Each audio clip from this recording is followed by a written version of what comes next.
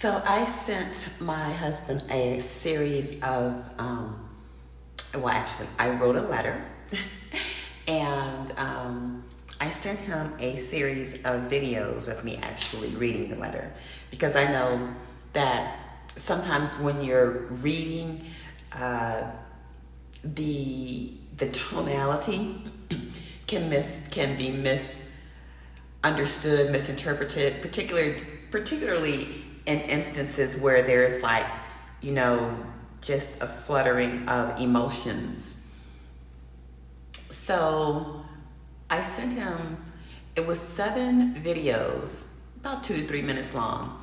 And with those videos, there were also social media clips of different posts that I had seen on various social media sites to just sort of give additional context to what I was trying to convey in my message. And I also told him, I said, you know what, this is the last that I'm going to say about any of this because everything in the message is it's not anything that he hasn't already heard, but because I've had so far at this point a month to really think about and get succinct on our challenges, it was easier for me to just get really tight on my message.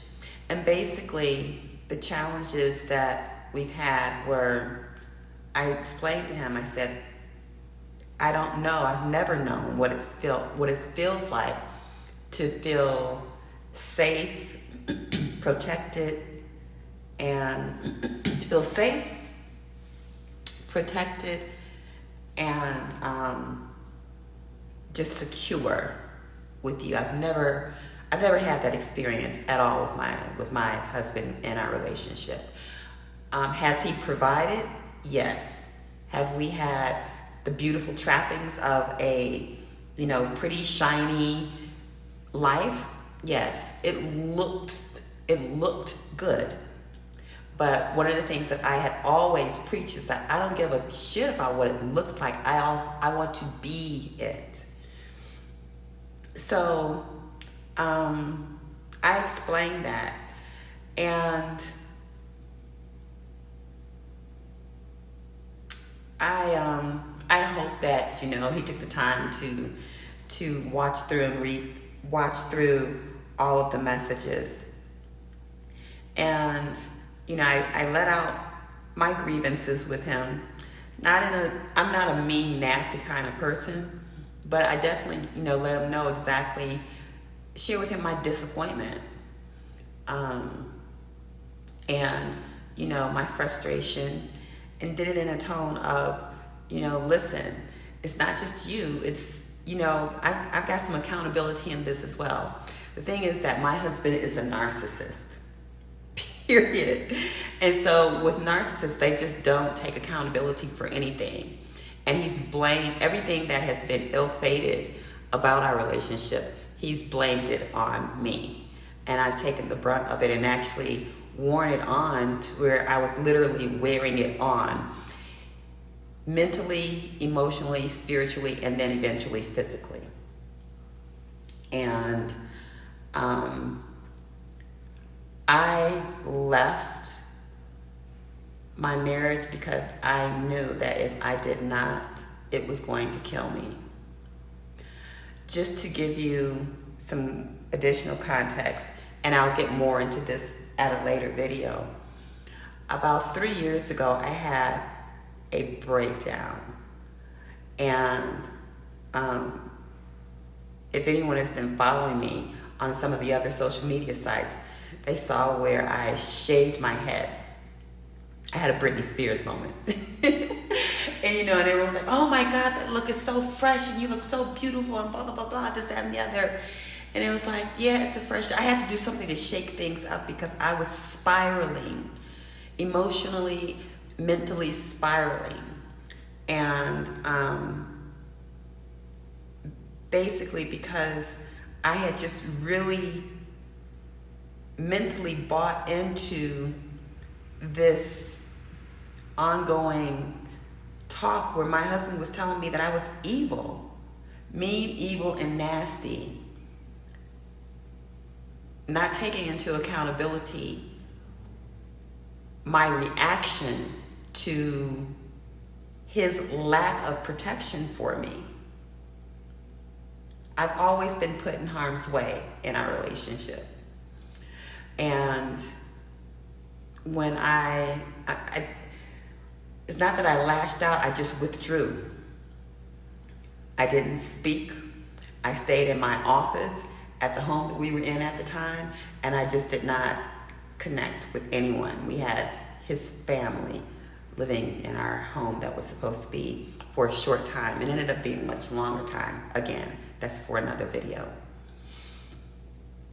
But it's like, I really started wearing that on just some of the other just really horrific things that he's said to me. Like I said, from the outside in, it looked good, but it was not pretty.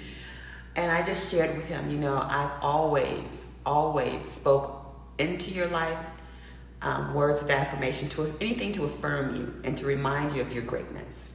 I prayed over you, life, health, and prosperity.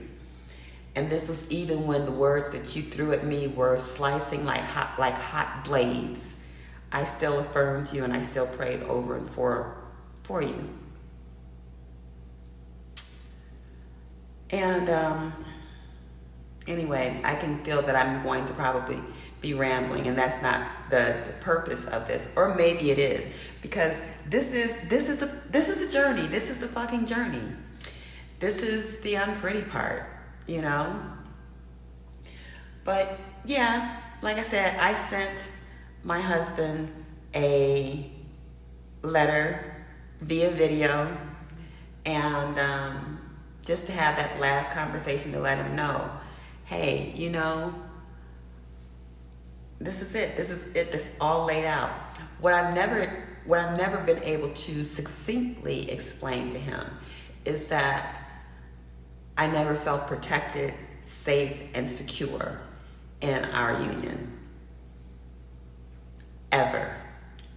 Never, ever have I felt safe, never protected, and definitely not secure at all. So I explained that to him, and like anyone, he's probably going to take offense to it. I asked him to, instead of taking offense, stop and just meditate on it for a bit. Because also, you're never, ever, the way that I have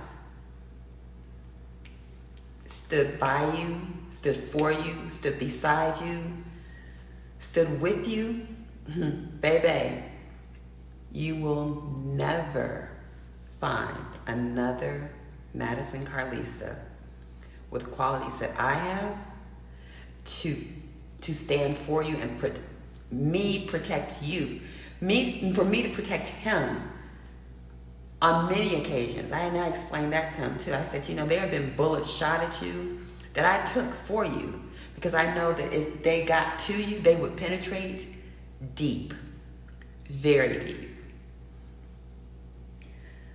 So yeah, that was my letter.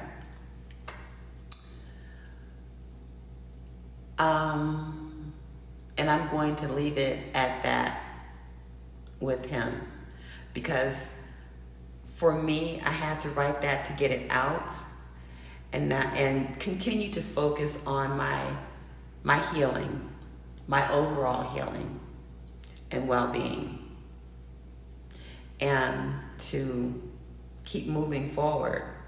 This thing of being separated, it brings a lot of clarity. I've separated from my husband, times before, leaving Mexico, going back to the States just to get away, but it was never